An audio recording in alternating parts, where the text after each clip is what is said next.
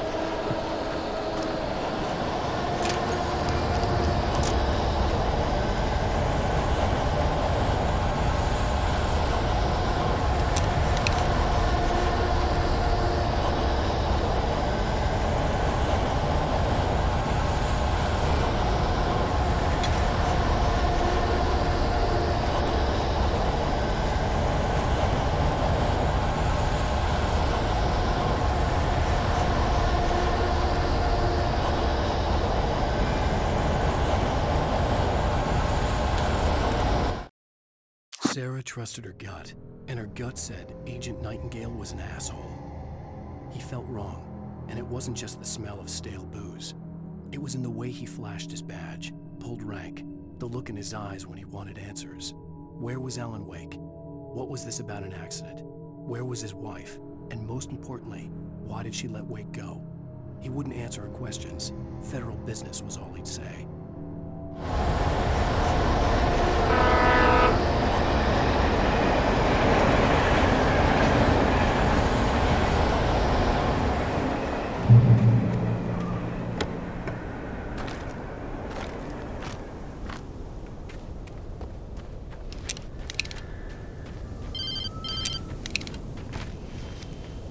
Hello? The most stubborn man I've ever met. Alice? Alice?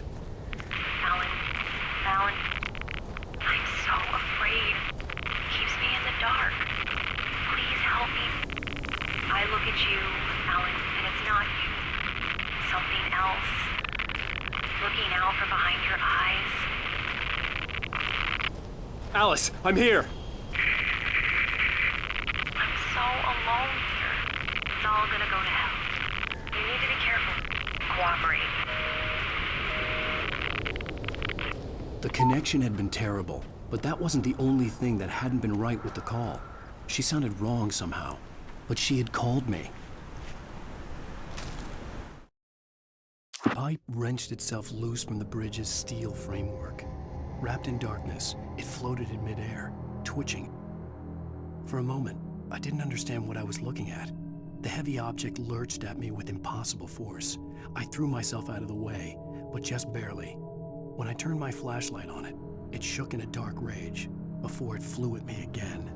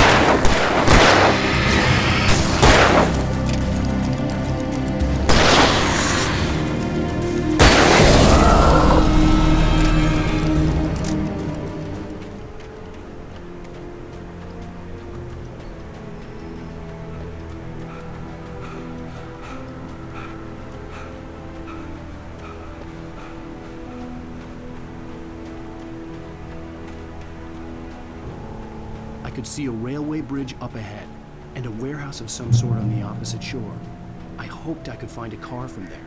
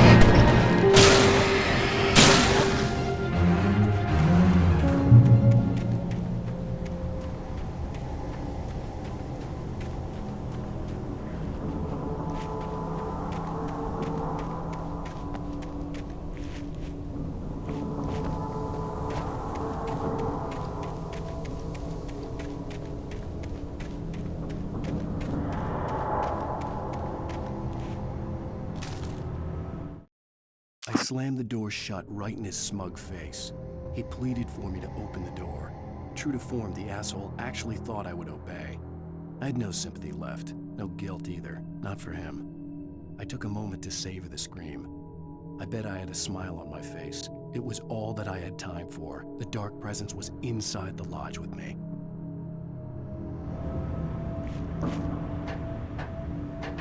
As a teenager, just starting to get interested in writing, Stephen King had been a source of inspiration to me.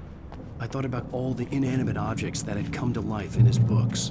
No one is safe in a good horror story. Certainly not the protagonist. That's what makes them fun. This was anything but. The darkness could possess anything, and it was getting closer.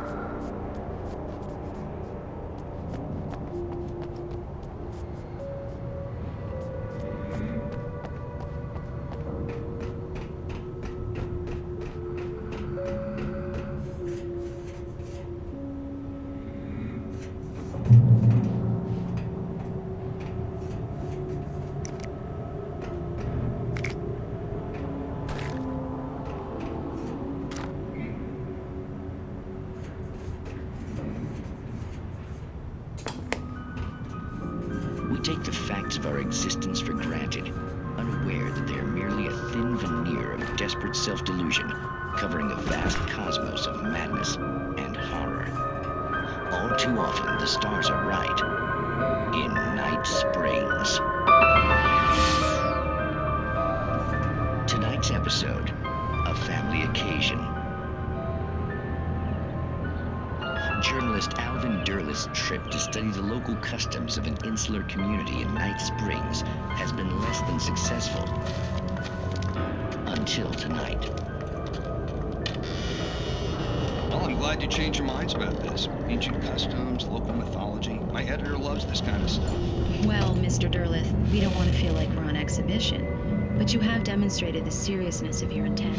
Oh, I am serious. Really, just do your thing. I'll stay out of your way and observe. Actually, I thought you could assist us. I'm afraid we are a man short. It would provide you with an intimate perspective. Could I really? Of course, Mr. Derleth. Well, I guess that's the least What would I have to do?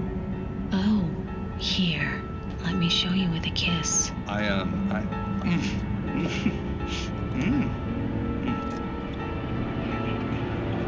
What did you...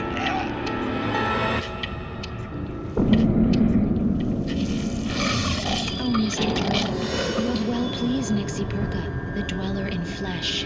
Your body shall host his 1,000 young, and all shall be glorious. Shh, darling, be calm. Shh. elven derlit learned a harsh lesson. If you go looking for mythology, it may come looking for you. And such quests always bear fruit. In Night Springs.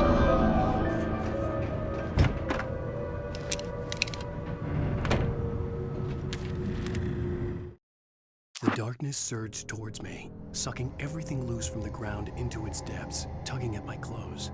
I saw the flare the kidnapper had dropped and threw myself towards it just as I felt my feet leave the ground. The darkness embraced me with the force of a tornado. Somehow I managed to light the flare. The darkness roared and cast me away. I fell toward the dark waters of the lake far below.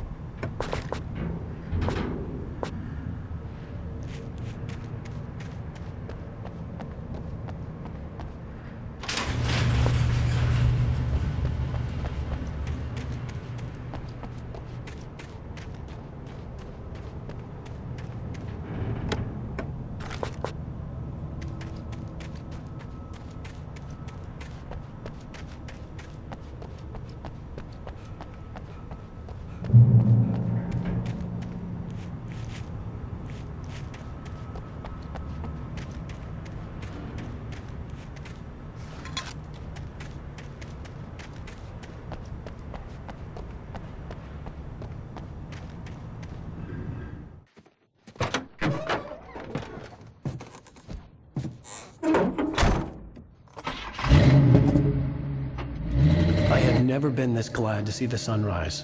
I had a couple of hours to get to the coal mine.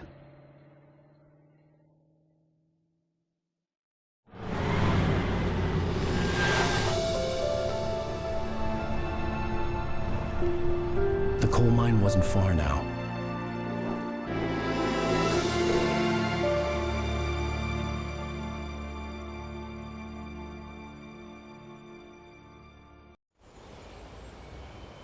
Today, I would meet the kidnapper, and he would give me Alice. I wouldn't give him any other choice. A drowning man will clutch at a straw.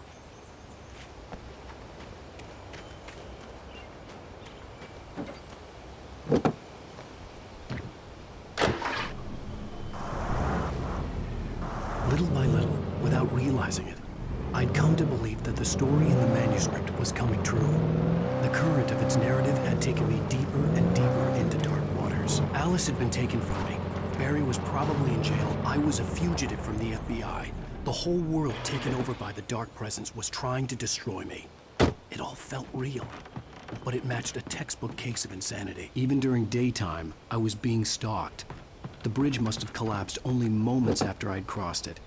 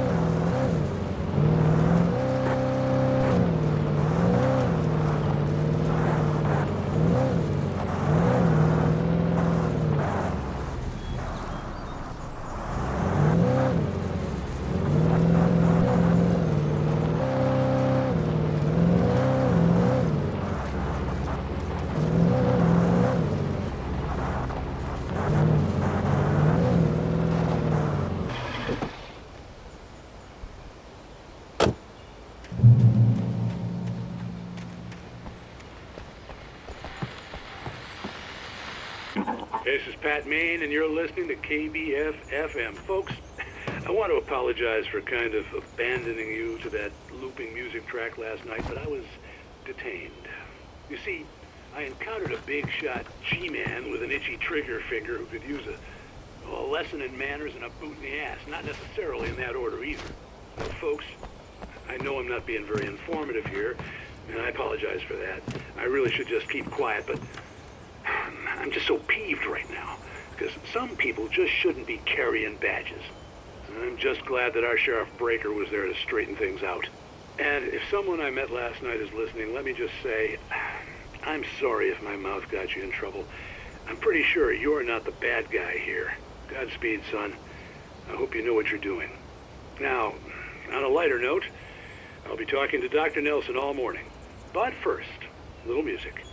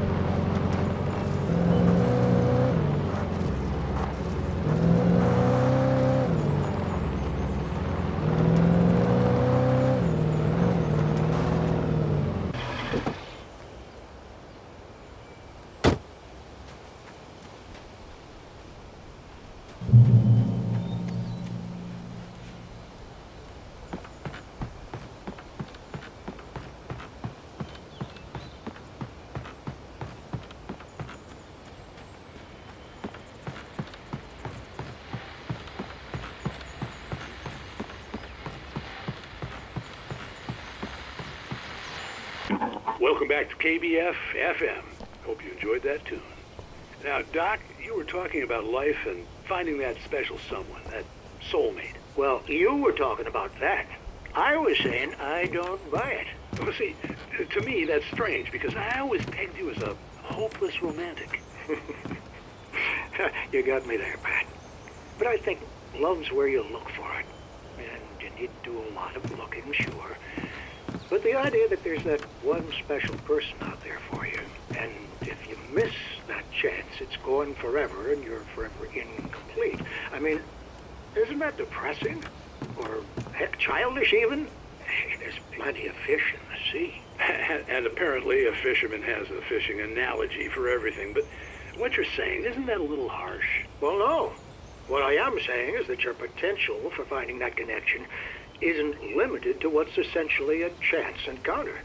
How is that harsh? Yeah, well, I guess that's a nice thought, but let me say something personal here. Okay. Now, well, I don't disagree with you exactly, but I can't really fit that together with what I feel, what I felt for someone, because she was the one. She was. And I let her drift away from me.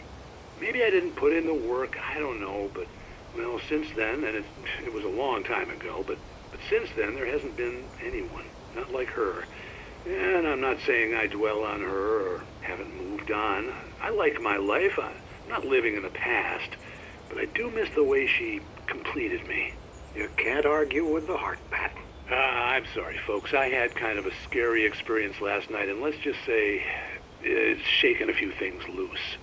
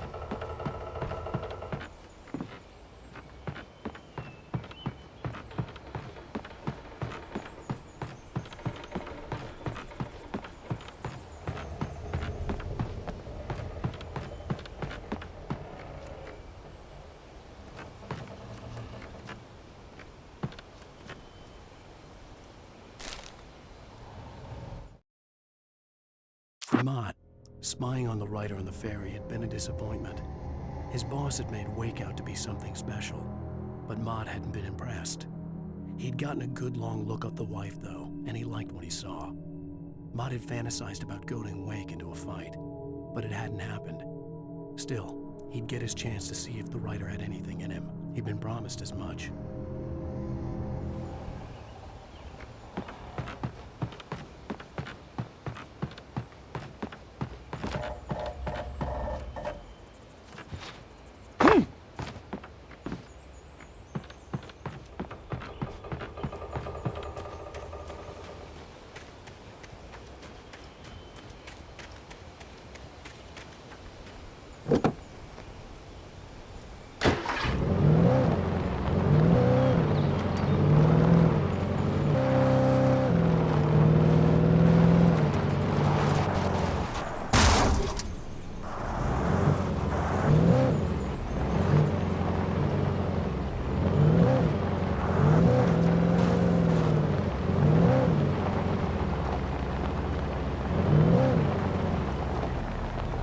I was early. I was supposed to meet the kidnapper at noon in the main building. The coal mine was quiet. It was a museum now.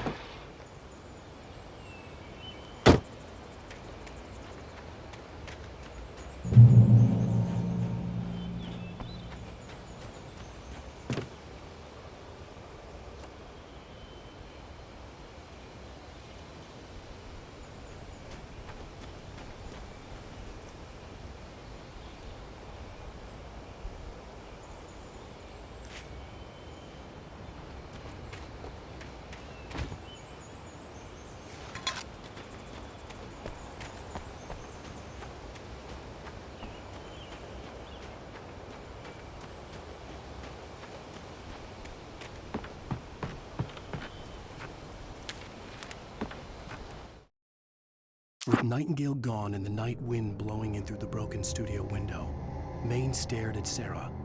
The sheriff looked away. Maine's voice shook with barely controlled anger. That boy's doing more drinking than thinking. I hope you know what you're doing, Sarah. He's got a sickness in his eyes. You take my word for it. He wants Wake for a reason, and it's not for anything good.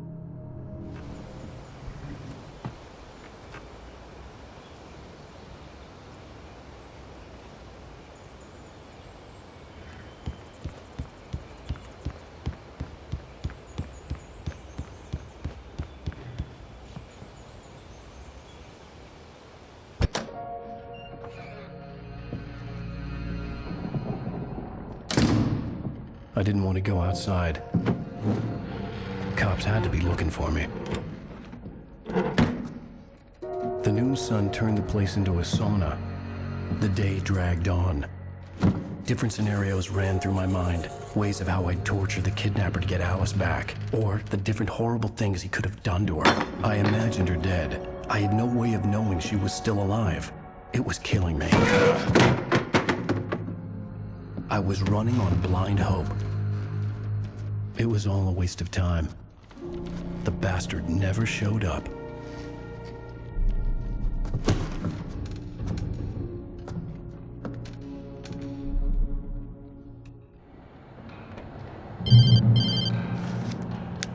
Wake! Where the hell are you? Change of plans.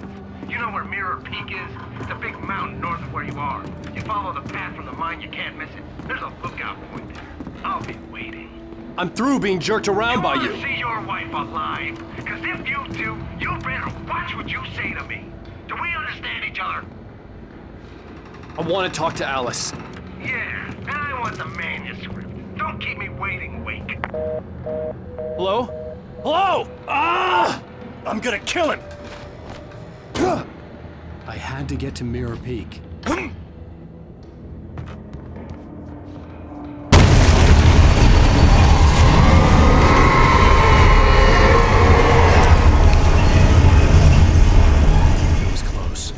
Closer than ever before.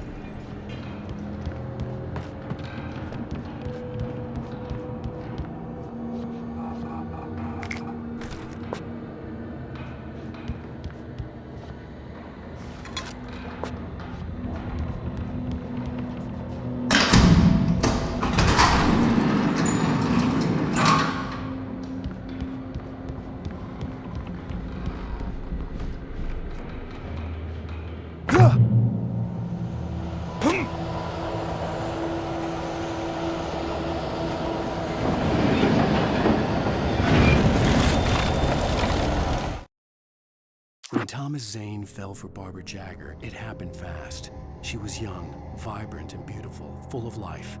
He had never been a very happy man, and without any seeming effort, she had changed all that. Zane felt good for the first time in his life. Everything she did was another piece of a jigsaw puzzle he hadn't even known he'd been missing. And best of all, she made the words flow, strong and sharp. She was his muse.